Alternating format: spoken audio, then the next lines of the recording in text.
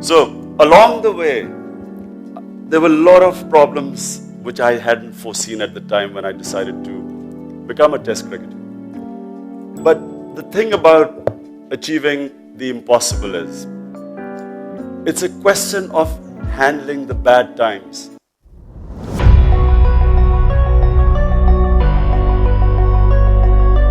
But the people who actually win in the end have this quality. Number one, they never give up.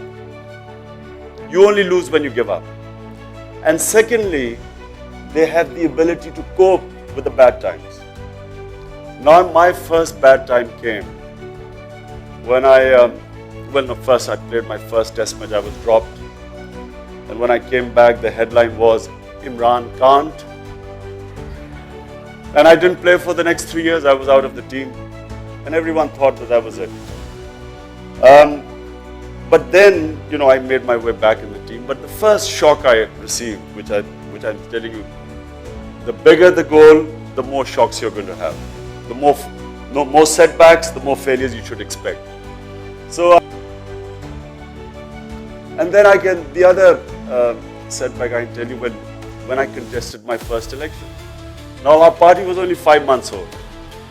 Now, I kept telling, I was roaming around, everyone was new. There's Dr. Alvi sitting here, Naeem, they were all founder members of Tehreek Insaf. So we had just formed this party and all well-meaning people wanting to do good in Pakistan, but no experience of politics. So I went around the campaigning everywhere and I saw a lot of people turned up. Anyway, by this time, I'm conditioned. I'm conditioned to seeing ups and downs. So I know I had exactly developed the mechanism how to cope with failure. First thing you do is don't read the newspapers. What is the point of reading the newspapers when you know whatever is going to be written is not going to be complimentary? Secondly, do not go to any public functions.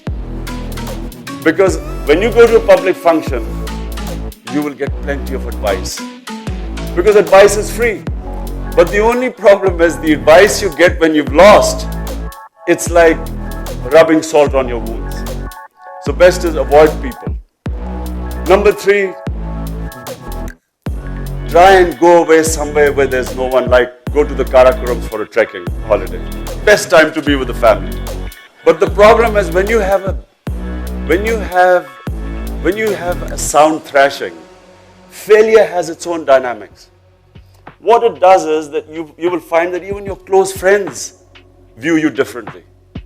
Even they change towards you. So if you expect all this, then you can deal with failure very well. Because what failure does is something invaluable. It gives you time for soul searching. It enables you to analyze your mistakes.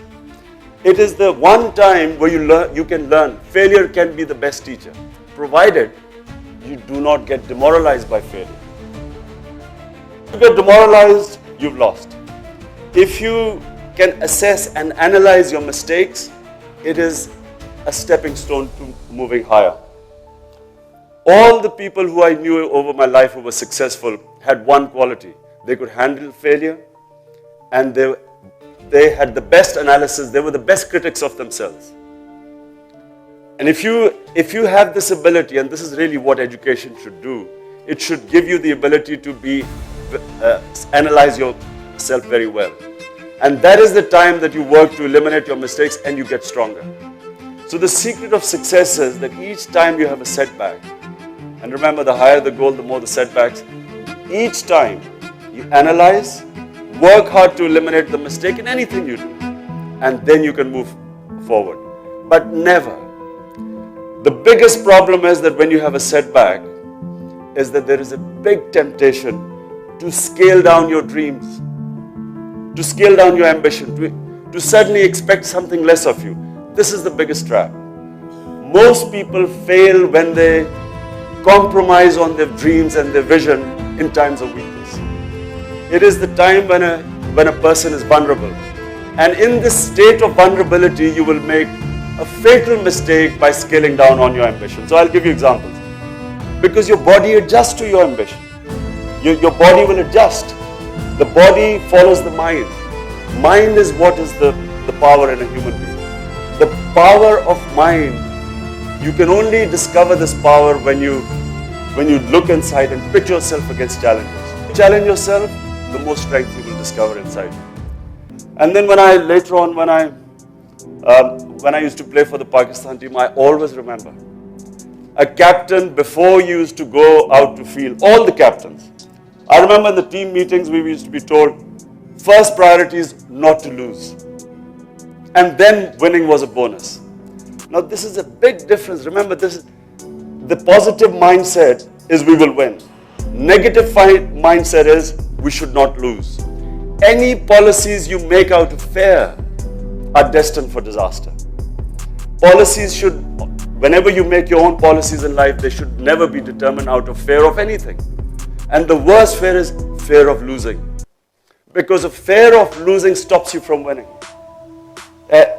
During a match, for instance, and in life also, but your opponents will always sometimes make a mistake. And the people who have players or champions who have positive outlook, in other words, who are looking to win, they will grab that moment. But players who go on the defensive, scared of losing, they will miss out on these moments. So the killer instinct is that when your opponent makes a mistake, you grab it. You don't let him get back off the mat. But you can only do that if you are going in with the right frame of mind. And it's exactly the thing in life. Whatever your dreams are, always never think that you will not achieve it. I have never, ever thought that there's whatever I've put my mind to, never has it entered my mind that I won't achieve it. Be honest. You start to think, I'm never going to find the time to make it happen. You'll never be talented enough. You could never be that funny, smart, or innovative, right? The truth is, 1 million likes online doesn't mean anything until you like yourself. $1 million in the bank ain't worth nothing if you've got no self-worth. So before you give up, you have to understand the only thing that matters is the work that you're putting in, not the end result. And if your social media feeds are bringing you down, just remember, you're only seeing the end game. Anyone who is truly successful did one thing, and it's the same thing that we all do. They put in the work. And that work is what you don't see online. Every single day you make choices. You choose to drive or you choose to slide into the passenger seat of life. Which is it going to be? The thoughts you allow yourself to spend time on determine if you get what you want, because your dreams matter, but you're the one who's going to have to make them happen. I mean, look at this post from Lin-Manuel Miranda, the creator of Hamilton. This was 3 years before Hamilton hit Broadway, and he was ready to give up.